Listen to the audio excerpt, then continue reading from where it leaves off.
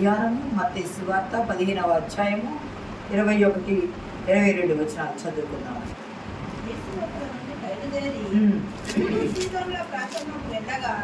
ఇదిగో ఆ ప్రాంతము నుండి కనాను స్త్రీ ఒక్కతే వచ్చి, ప్రభువా, దావీదు కుమారుడా, నన్ను కరుణించు, నా కుమార్తె దయ్యము పట్టి బహుబాధపడుచున్నదని కేకలు వేస్తారు.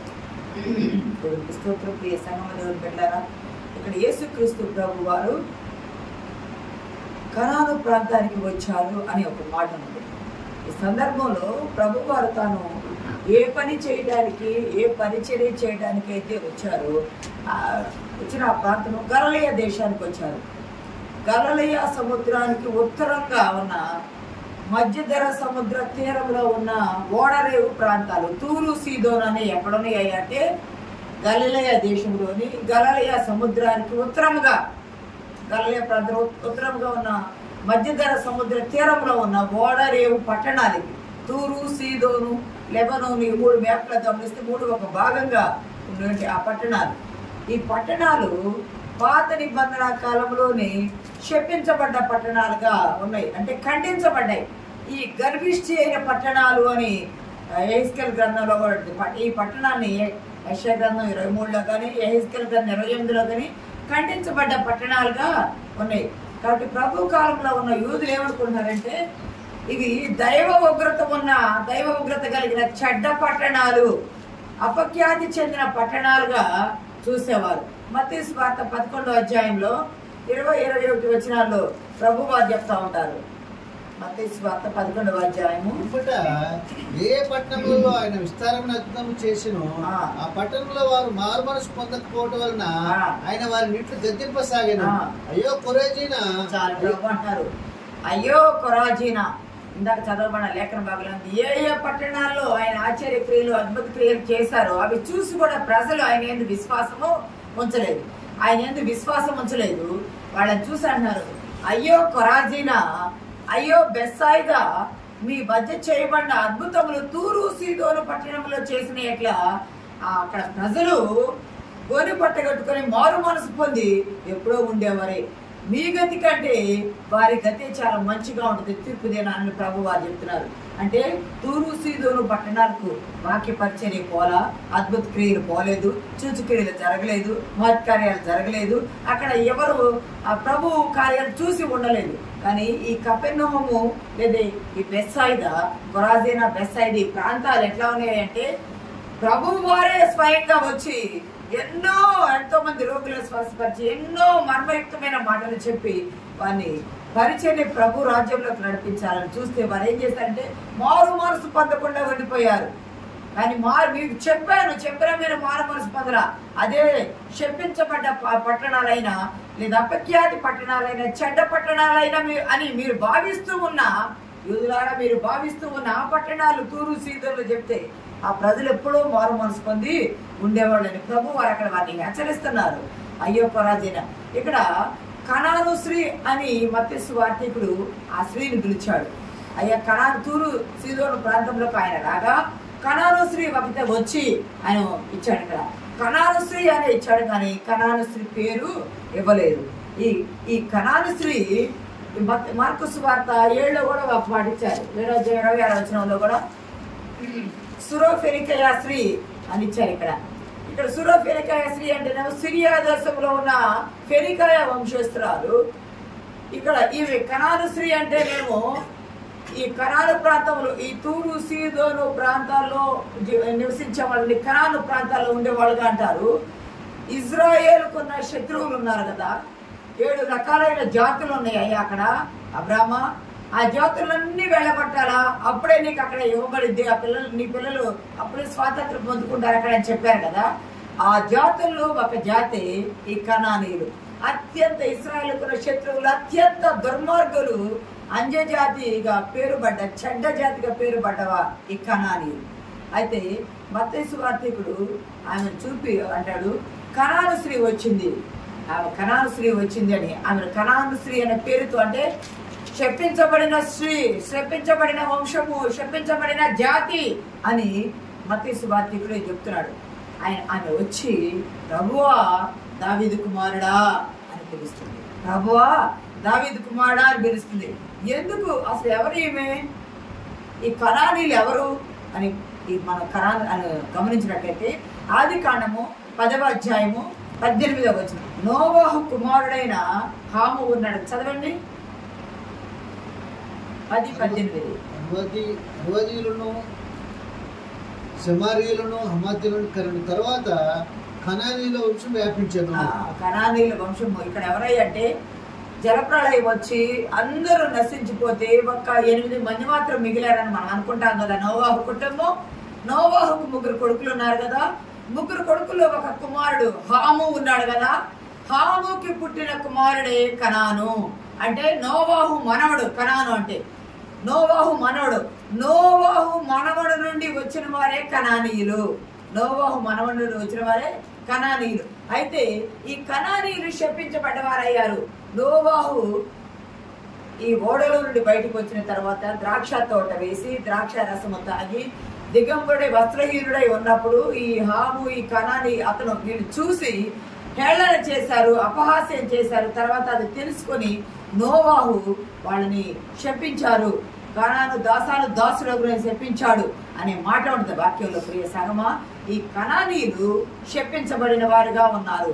అయితే యేసుక్రీస్తు దేవుడు చెప్తున్నాడు అబ్రహాముతో. ఆది కాండము 15వ అధ్యాయము 20వ వచనంలో దేవుడు అబ్రహాముతో చెప్తూ ఉన్నాడు. గమనించండి, చదవండి. పిరిజీలను, రిఫాయీలను, అమోరీలను, కనానీయులను, గిర్గాషీలను, యెబూసీయులను ఈ సంతానమునకు ఇచ్చి ఉన్నానని అబ్రహాముతో నిబంధన చేశాను. అయితే ఇక్కడ గమనిస్తే అక్కడ 7 జాతులు ఉంటాయి. ఆ 7 జాతులు వాళ్ళు ఉన్నారు. ఇప్పుడు నేను నీకు ఇస్తానన్న భూమి వాళ్ళందరినీ కానీ అక్కడ ఉన్న ఆ స్థలం అంతా కానీ నీకిచ్చి ఉన్నాను. అబ్రహాం అంటే ఎవరు? అబ్రహాము కుమారుడు దావీదు. దావీదు అంటే ఎవరు? దావీదు కుమారుడైన యేసుక్రీస్తు ప్రభువారు. వారందరినీ నీకు ఇచ్చి ఉన్నానని 15-20లోనే దేవుడు వాగ్దానం చేశాడు కదా, నిబంధన చేశాడు కదా. మరి ఇప్పుడు యేసుక్రీస్తు ప్రభువారు ఈ కనానీయుల దగ్గరికి వచ్చారు కదా, కనాను ప్రాంతంలోకి వచ్చారుగా. మరి కనానీయులు దేవుడు అబ్రహాంకి ఇచ్చాడా? అబ్రహాంకి ఇస్తే వారసత్వం యేసుక్రీస్తు ప్రభు వారికి కూడా రావాలి కదా. యేసుక్రీస్తు ప్రభు వారు వచ్చారు. అబ్రహాముకి చేయబడ్డ వాగ్దానము ఇప్పుడు నెరవేర్చబోచు ఉన్నారు. వాళ్ళని తోలివేసి దావీదు కుమారునికి ఇవ్వబోచు ఉన్నాడు. ఆ ప్రజలను దావీదు కుమారుని వైపు తండ్రి తిప్పబోచు ఉన్నాడు.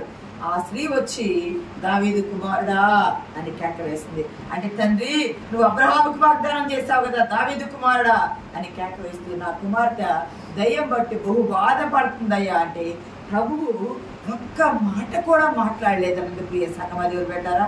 ఒక్క మాట కూడా మాట్లాడలేదు. యేసుక్రీస్తు ఆమె యూదులకు మెస్సయ్యాని గుర్తించింది. ఆ కనాను స్త్రీ అన్యురాలే, శపించబడిన జాతి నుండే వచ్చింది. కానీ యేసుక్రీస్తు ఎవరు?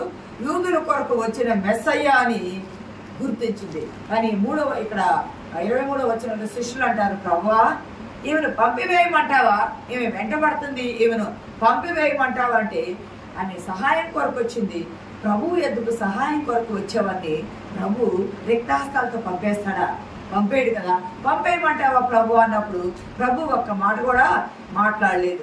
ఇక్కడ గమనించినట్లయితే ప్రభు వారు ఒక మాట చెప్పాడు. మత్తయి సువార్త 10వ అధ్యాయము 5-6 వచనాలు ఒక మాట చెప్పారు. శిష్యులను ఇద్దరిద్దరిని చేసి పరిచర్యకి పంపుచు, ఇద్దరిద్దరు చేసి పరిచర్యకు పంపుచు, 12 మందిని పంపుచు వారిని చూచి వారికి ఆజ్ఞాపించినది ఏమనగా, మీరు అన్యజనుల దారిలోనికి వెళ్ళకుడి, సమరయుల ఏ పట్టణంలోనైనా ప్రవేశింపకుడి. ఇద్దరిద్దరిని పంపుతూ మీరు అన్యజనుల దారిలోకి వెళ్ళవాకండి, మీరు సమరయుల ఏ పట్టణంలోనైనా కూడా మీరు ప్రవేశించకండి. మీరు ఎక్కడికి వెళ్ళాలి అంటే ఇశ్రాయేలులో నశించిన గొర్రెల యొద్దకే. ఇశ్రాయేల్లో నశించిన గొర్రెల యొద్దకే వెళ్ళండి. వెళ్ళి ఏమి చెప్పాలా? పరలోక రాజ్యము సమీపించి ఉన్నది అని ప్రకటించండి. పరలోక రాజ్యము సమీపించి ఉన్నదని ప్రకటించాలని చెప్పాడు. ప్రియ సంగమా, దేవుని బిడ్డలారా, మీరు ఇశ్రాయేల్లో నశించిన గొర్రెల యొద్దకు వెళ్ళడు గాని ఇంకా ఎవరి యొద్దకు మీరు వెళ్ళవద్దని ప్రభు వారు చెప్పారు. శిష్యులకి మాట చెప్పి ఉన్నారు కాబట్టి ఇది 15వ అధ్యాయంలో జరిగింది. 10వ అధ్యాయంలోనే ప్రభు వారు చెప్పి ఉన్నారు. మరి మీ అన్యురాలు మీరు వెళ్ళమంది నశించిన గొర్రెల ఎద్దుకు, ఇశ్రాయేలులో గొర్రెల ఎద్దుకి అన్నారు కదా, మరి ఈమె అంజరాలు వచ్చింది, ఈమెను పంపేయమంటావు ప్రభువా అని శిష్యులు అడిగితే ప్రభు ఒక్క మాట కూడా చెప్పకుండా ఉన్నా ఆమె దావీదు కుమారుడా నన్ను కరుణించాయా, నా కుమార్తె దయ్యం పట్టి బహు బాధపడుచున్నదని ఆయనను వేడుకొనెను. ఇక్కడ ఇందాక చెప్పిన మార్కుల సువార్త ఆమె సాగిలపడెను అని ఉంటుంది. ప్రియ సంగమాదేవుడు పెట్టారా, ఆయన ప్రభు వారు తన ఉద్దేశం ఏమిటయ్యా అంటే అన్యజనులను కలుపుకోవాలని ఉన్నది. కానీ ఎప్పుడు కలుపుకోవాలా అన్యజనులను?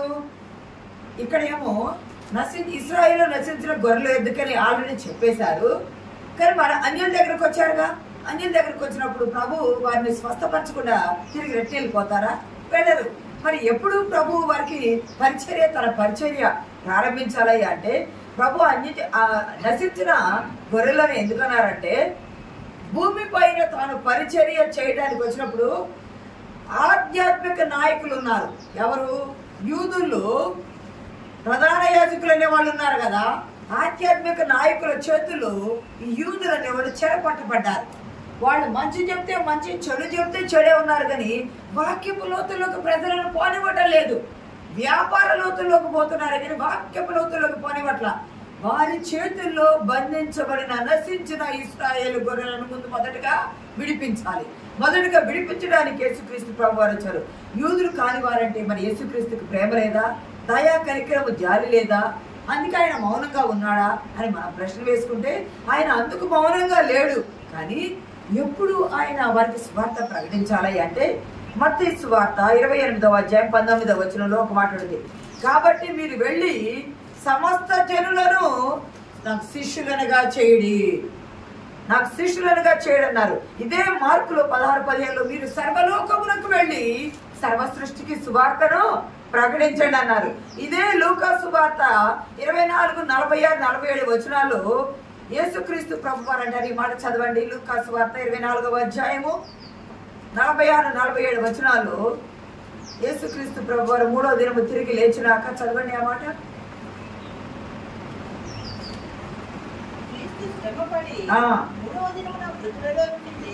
క్రీస్తు శ్రమపడి 3వ దినమున మృతుల్లో నుండి లేచుననియు మొదలుకొని సమస్త జనములలో ఆయన పేరిట మారు మనసును పాప క్షమాపణను ప్రవేశపెట్టబడననియు. ఎప్పుడయ్యా అంటే యేసుక్రీస్తు ప్రభు వారు పట్టబడాలా, చనిపోవాలా, సమాధి చేయబడాలా, తిరిగి లెగవాలా, తరువాత సమస్త జనములలో. ఇప్పుడేమో ఎందుకు వచ్చానయ్యా శరీరధారిగా అని అంటే ఇశ్రాయేల్లో నశించిన గొర్రెల యొద్దకే అని ప్రభు వారు అన్నారు మొదటి 10వ అధ్యాయంలో. ఇప్పుడేమో నేను తిరిగి లేచిన తరువాత సమస్త జనులకు మారు మనసు ప్రకటించబడింది, చెప్పబడింది. అంటే సమయం ఉన్నది. అన్య జనుల యొద్దకు వెళ్ళి సువార్త ప్రకటించబడే సమయము ఉన్నది. ఇంకా సమయం రాలా. అందుకే ప్రభు వారు మౌనంగా ఉన్నారు. ఇప్పుడు నశించిన వారి యొద్దకి మరి యోహాను సువార్త 3:16లో కాగా దేవుడు లోకమును ఎంతో ప్రేమించును అని ప్రభు వారు చెప్పారు కదా. తన యందు విశ్వాసం ఉంచిన వారిని నశింపక నిత్యజీవం పొందినట్లు ఆయన అధికారం అనుగ్రహించారని చెప్పారు కదా.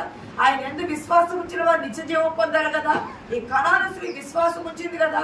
విశ్వాసం ఉంచి ఆయన యొద్దకు వచ్చినప్పుడు ఆమె నిత్యజీవం పొందుకోవడానికి అర్హురాలే కదా. మరి ప్రభు వారు లూకా సువార్తలో చెప్పినదిగా ఆయన సమయం రాక మౌనంగా ఉన్నారంటే అందుకు కాదు, తాను వచ్చిన పని, తాను చేయవలసిన పని మిగిలిపోయింది. అదేమిటంటే మనం పాత నిబంధనలో ఇంతకు ముందే జ్ఞాపకం పెట్టుకున్నాము. ప్రధాన యాజకుడు తన కోసం, తన ఇంటి వారి కోసం పాప పరిహారార్థ బలి ఒకటి చేస్తాడు కదా. చెప్పుకున్నాం కదా మనం. పాప పరిహారార్థ బలి చేస్తాడు. ఎవరి కొరకు? తన కోసము, తన ఇంటి వారి కోసము పాప పరిహారార్థ. తర్వాత ఇశ్రాయేలు జాతి కోసం రెండు చేస్తాడు, రెండు ఇస్తాడు కదా. ఒకటి తన ప్రధాన యాజకుడి కోసము, తన ఇంటి వారి కోసము. రెండు ఇశ్రాయేలు జాతి కోసము. మరి యేసుక్రీస్తు ప్రభు వారు ప్రధాన యాజకులకు ప్రధాన యాజకుడు కదా. ఆయన తన కోసము, తన ఇంటి వారి కోసము బలి చేయాలి కదా. రెండవది ఇశ్రాయేలు జాతి కొరకు చేయాలి కదా. పాత నిబంధన లేఖన నెరవేర్పు చేయాలి అంటే మొదట నశించిన ఇశ్రాయేల్లో ఉన్న గొర్రెల యొద్దకు వెళ్ళాలి కదా. అంటే ఏది కూడా కొట్టివేయకుండా దాని ప్రకారం చేసుకువచ్చి చేసిన తర్వాత దాన్ని కొట్టివేసిన ధర్మశాస్త్రాన్ని ప్రభు వారు మొదట అలాగ వచ్చారు. తాను చేయవలసిన యాజకత్వ పని చేయాలా, ఇశ్రాయేలు మొదట రక్షించాలా. కానీ ఇశ్రాయేలు రక్షణలోకి వచ్చారా? రక్షణలోకి రాలేదు. ప్రభువారిని తృణీకరించారు. తృణీకరించి ఆయన మాకు మెస్సయ్య కాదని రక్షణను నిరాకరణకు గురి చేశారు. అయితే యేసుక్రీస్తు ప్రభు వారు ఏమంటారంటే పాప క్షమాపణ ఇవ్వడానికి వారు మారు మనసు పొందారు, పరలోక రాజ్యం సమీపించి ఉందని మీరు ప్రకటించండి అన్నారు. అయితే యూదులైతే ఏం చేసేవాళ్ళు అంటే ప్రధాన యాజకుడికి తన ఇంటి వారి కొరకు ఇశ్రాయేలు జాతి కొరకు బలి ఏర్పాటు చేసేవారు. కానీ ప్రధాన యాజకుడైన పరలోకపు ప్రధాన యాజకుడు పాత నిబంధనను కొట్టివేసి క్రొత్త నిబంధన ఆయన ప్రారంభించబోతున్నాడు. ఎందుకంటే ఇశ్రాయేలీల కొరకే కాదు, సర్వ మానవాళి కొరకు. ఇప్పుడు గమనించండి, రొట్టె తీసుకుంటాం మనం. రొట్టె బల తీసుకునేటప్పుడు ఎవరు? రక్షణ పొందిన వారే కదా, ప్రత్యేకించబడిన వారే కదా. బాప్తిసం తీసుకుని యేసుక్రీస్తు ప్రభు వారు కూడా జీవాహారం రొట్టెగా వచ్చాడు కదా. అది ఎవరు? ప్రత్యేకించబడిన ఇశ్రాయేలీల కొరకే మొదటిగా వచ్చింది. కానీ ఇప్పుడు ప్రభు వారు కొత్త నిబంధన ఏం స్టార్ట్ చేస్తున్నారయ్యా అని అంటే లూకాసు వార్తలు ఇప్పుడు చదివాం కదా, చదవమ్మా మళ్ళా ఒకసారి గట్టిగా. 46-47 వచనాలు.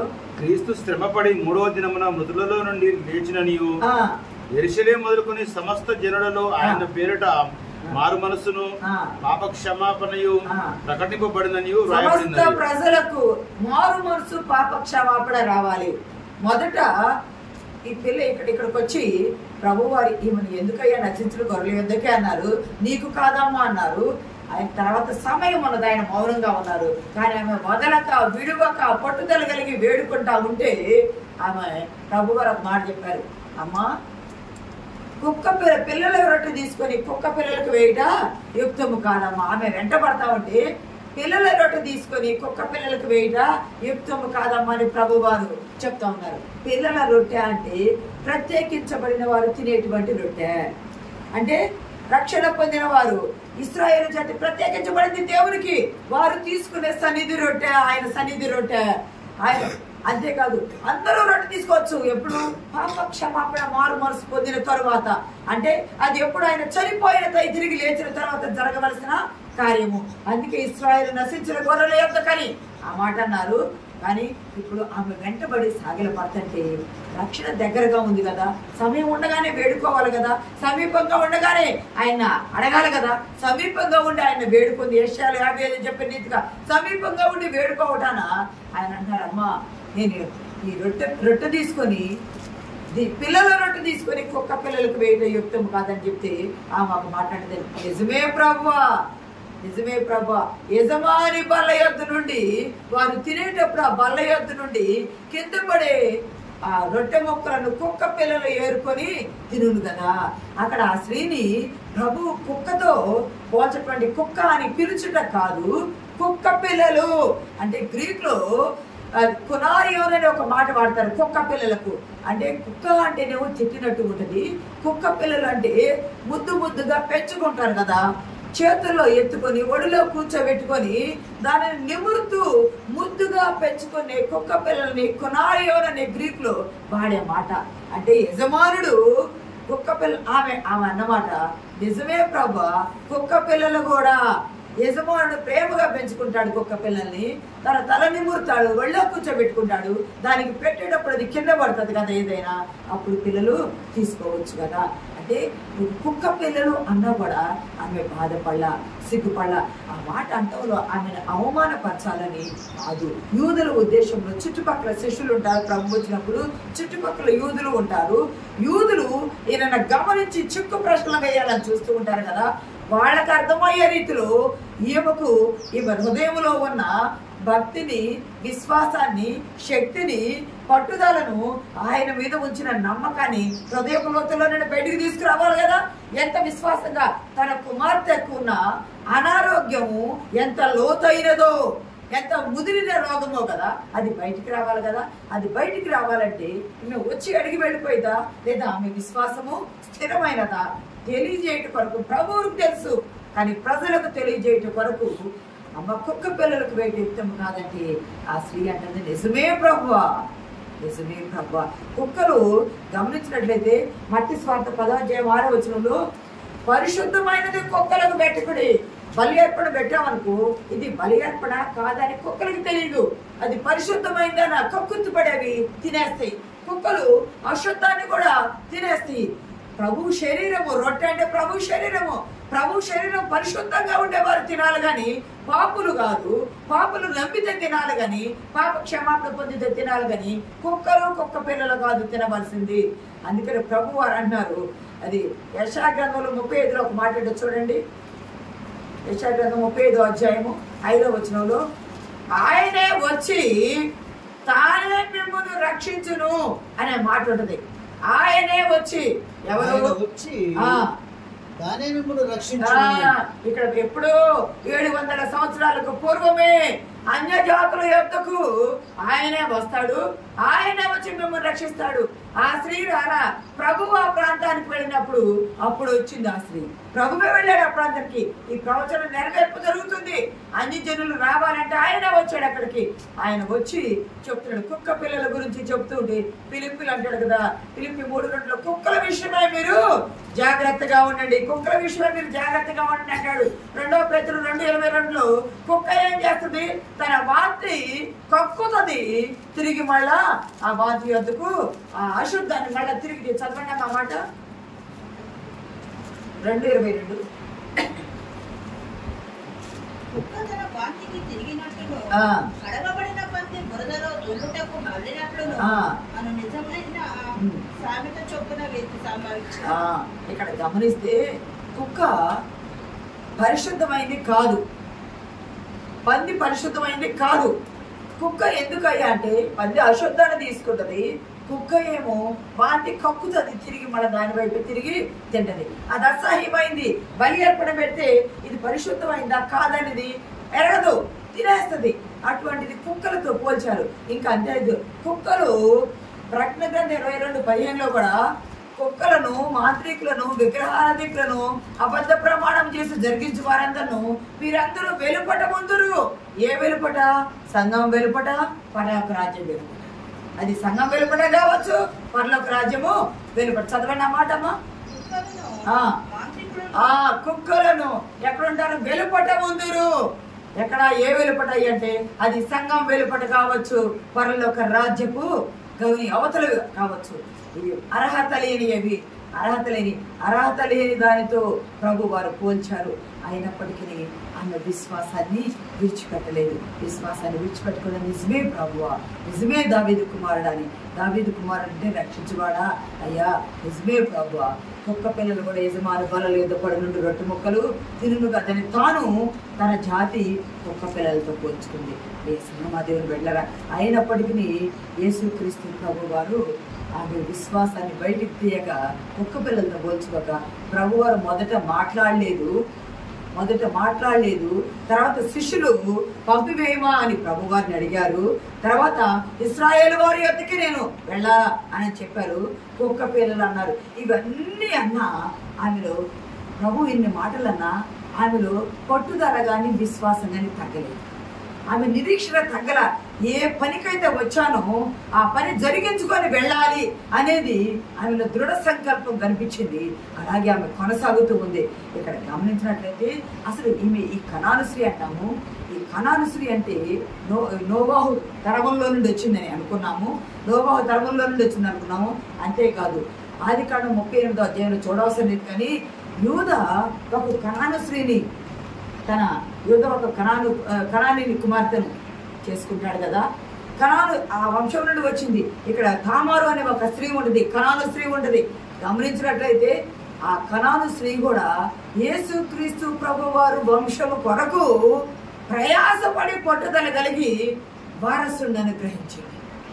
యేసుక్రీస్తు ప్రభు వారి కొరకు, వారి వంశం వచ్చుట కొరకు ఈ కనాను స్త్రీ అనే తామారు అనే కనాను స్త్రీ కూడా పట్టుదల కలిగి ఆ వంశాన్ని నిలవబెట్టుటకు ప్రయాసపడింది. ఈ కనాను స్త్రీ కూడా ఆమె నిలవబెట్టింది. ఆ వంశాను క్రమంగా యేసుక్రీస్తు ప్రభు వారు వచ్చారు. ఈ కనాను స్త్రీ వచ్చి యేసుక్రీస్తు ప్రభు వారి వద్దకు, అయ్యా మేము కూడా రక్షణలోకి రావాలన్న విశ్వాసాన్ని కనబరిచింది. మమ్మల్ని నా కుమార్తెను బాగు చెయ్యి అని, నువ్వు కుక్క పిల్లలే అన్న. అవును ప్రభువా, మేము కుక్క పిల్లలని ప్రభు మాటకి తలగొగ్గింది, తనను తాను తగ్గించుకుంది, ఆయన దయ కొరకు ప్రాకులాడింది. యేసుక్రీస్తు ప్రభు వారు అంటున్నారు, అమ్మా అని అంటారు. అంటే ఇంగ్లీష్లో ఒక మాట ఇవ్వబడింది, woman you have great faith, your request is granted. ప్రభు వారు అంటున్నారు, woman you have great faith, నీకు చాలా గొప్ప విశ్వాసం ఉంది, నువ్వు కోరినట్టే నీకు జరిగిద్దన్నారు. నీకు చాలా విశ్వాసం ఉంది, నువ్వు కోరినట్టే నీకు అవునుగాక.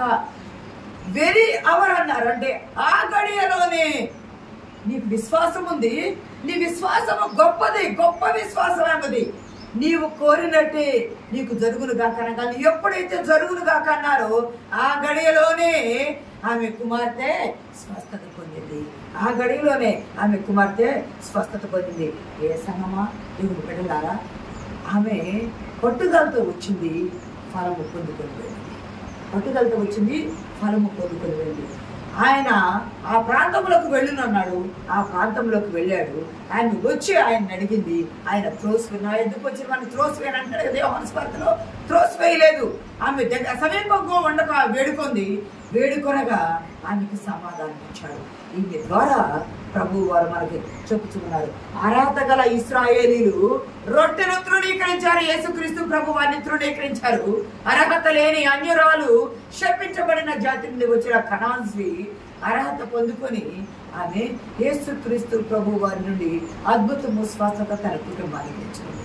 మనం కూడా రక్షణ పొందిన వారమనే అనుకుంటాము, కానీ రక్షణలో స్థిరపడాలా, నిలవబడాలా. నిలవబడి ప్రభువు యొక్క అద్భుత కార్యాలు మనము మన పిల్లలు పొందుకోవాలంటే పట్టుదల ప్రార్థన, నిరీక్షణ గల ప్రార్థన, విశ్వాసం గల ప్రార్థన, ప్రాకులాడాల, గోజాడాల. అది పొందుకునే వరకు విడిచిపెట్టకూడదని ఈ స్త్రీ ద్వారా మనకు దేవుడు బయలుపరుస్తూ ఉన్నాడు. పట్టుదలతో పొందుకుంది, ఫలం పొందుకుంది.